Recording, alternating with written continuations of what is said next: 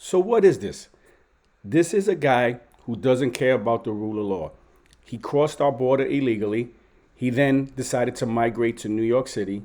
And what does he do once he gets to New York City? He decides to take it upon himself with a bunch of other illegals and viciously and brutally attack a New York City police officer. And this is him leaving the courts. He's flipping off the reporters because he doesn't give two craps about the rule of law. He's telling you, F you, I'm here, and you got to deal with me because Joe Biden doesn't care about the American people. What he is telling you is, I am not subject to your rule of law. I am not someone who has to listen to anything you tell me because I came here illegally and no one's going to do anything to stop me. This is the dystopian America that the Democrats and Joe Biden have in store for the American people. We have people coming here who have no love for this country, they have no loyalty for this country, and they're here to commit crimes. This guy, I guarantee you, we will be hearing about him down the road if he isn't deported because he's in New York, and most likely he won't be deported because in New York City, the police are not allowed to cooperate with immigrations and customs service. So this guy was arrested. He was immediately let go after assaulting a police officer. And that's his response. We're letting people in here who not only do not care about the rule of law, they're going to rub it in your faces. There has probably never been a time in this country where illegals came here and acted as such. But we've lost total control of our borders. We've lost total control of the rule of law.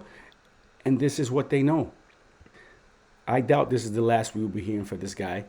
He will probably end up taking the life of someone. He will probably get involved in drugs. And it's just so disheartening and disturbing to see what's happening in this country and that no one does anything about it. And honestly, we could sit here and talk about Democrats and Republicans, but what have the Republicans really done other than talk? And they don't do anything to try to stop this. They haven't.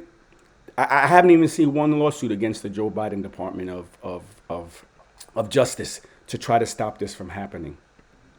So in essence, if it's for political reasons that they're like, we're not going to try to stop this because we want to get as bad as we can so we can get a full Republican majority, to me, that doesn't say much. It just means you're complicit in this happening. So I ask any Republicans, anyone in Congress, anyone in the Senate, address this situation. Talk about it. Get this out to the people. Let's have this guy deported. There's no way this guy should be able to stay and do this and basically say F you to the American people because that's exactly what's happening here.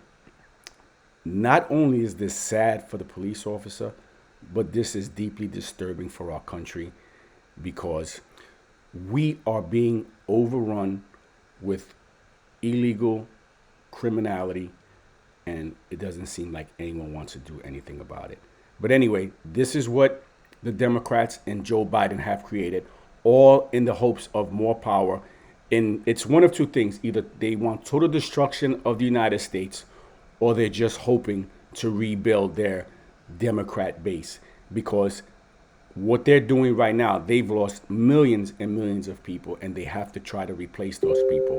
And anyone who tells you the replacement theory isn't real, just look at what we're watching. I'm going to read a couple things from this article just so you see what's happening. Welcome to Joe Biden's new America. One of the illegal aliens charged with assaulting two NYPD officers in Times Square was released without bail on Wednesday and was photographed flipping the middle finger to the media after leaving court. That's all you need to know. This is where we are in the United States. This is where we are in America. And I don't know where we go from here because it seems like no one but Donald J. Trump wants to do anything. And from what I see, they're doing everything in his power to stop him. It's great that he's leading in the polls. It's great that he has all the support behind him.